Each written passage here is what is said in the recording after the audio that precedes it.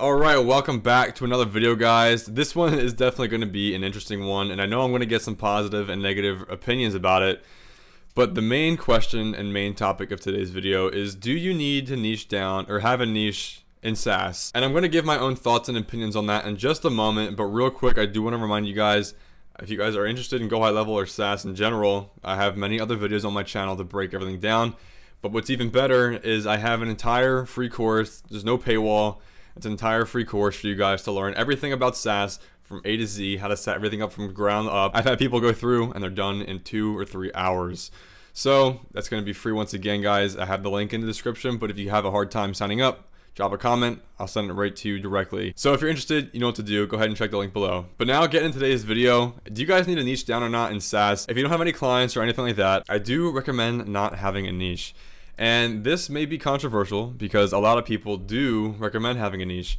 In any other business, in any other business model, for the most part, I would say 95% of businesses, you should have a niche. But what's so great about SaaS is it's literally a software that you can provide to anyone. Doctors, chiropractors, plastic surgery places, plumbers, AC and home heating, and even more. They're just examples I thought off the top of my head.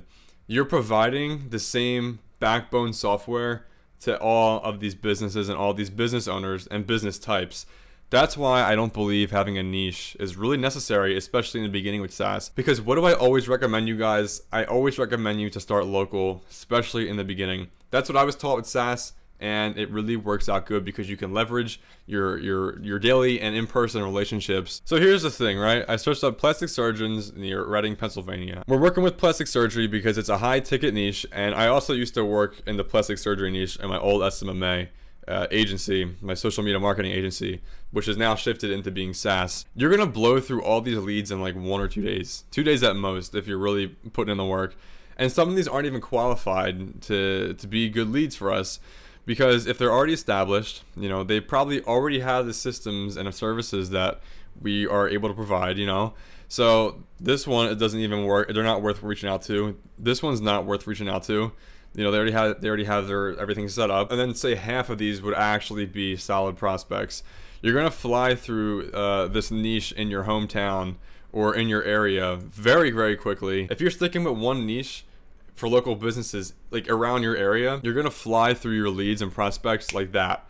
So that's gonna be an issue, right? Now this is the reason why I do believe that having a niche isn't important in the beginning, because say we did blow through all these leads in the plastic surgery niche, we can just go and pivot to chiropractors.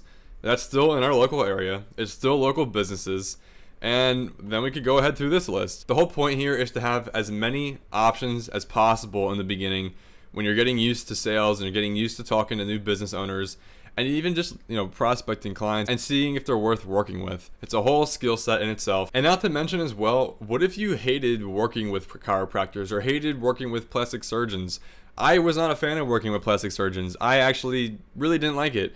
The reason why I went into it is because, like I said, it's high ticket, and there's also, it's an up and coming industry that's going to grow over the years because in the social media age, and you know, now everyone is just trying to look like Kim Kardashian and look really attractive.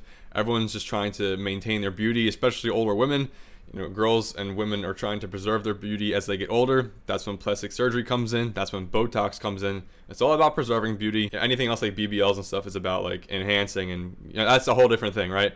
But like Botox and stuff, that's going to be continuing on an uptrend. That's why I went into it. But it was also really flaky to get a hold of these people, whether they were the practice managers at the actual practice or the legit business owner and the main doctor at the place. It was very difficult sometimes, and it made it very annoying and very frustrating to get clients, of course, because if you can't talk to the right people, you're not going to sign clients.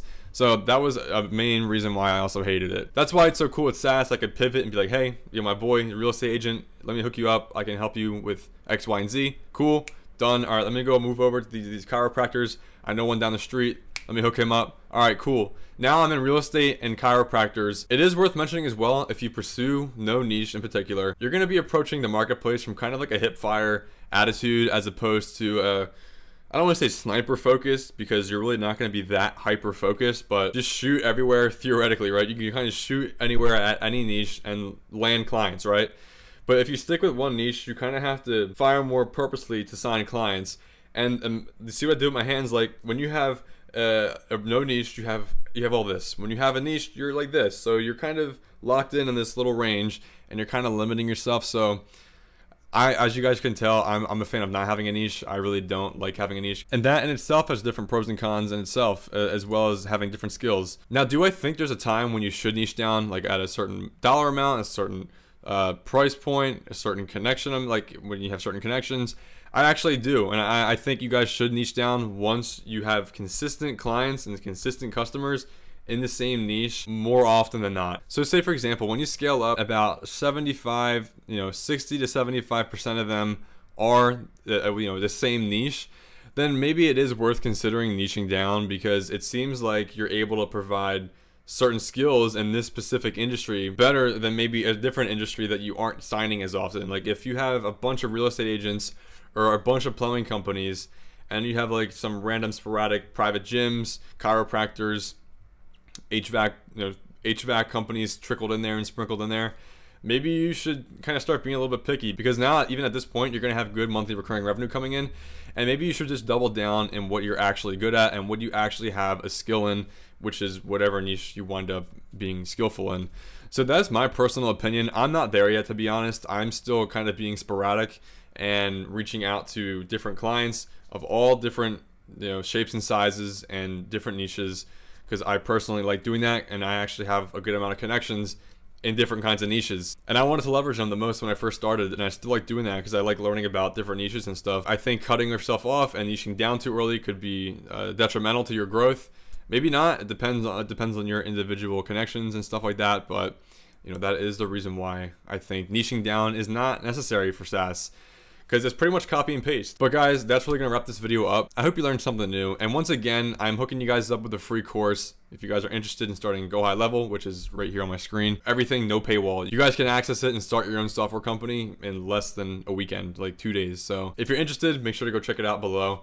But guys, it's gonna wrap this one up. I will see you in the next video.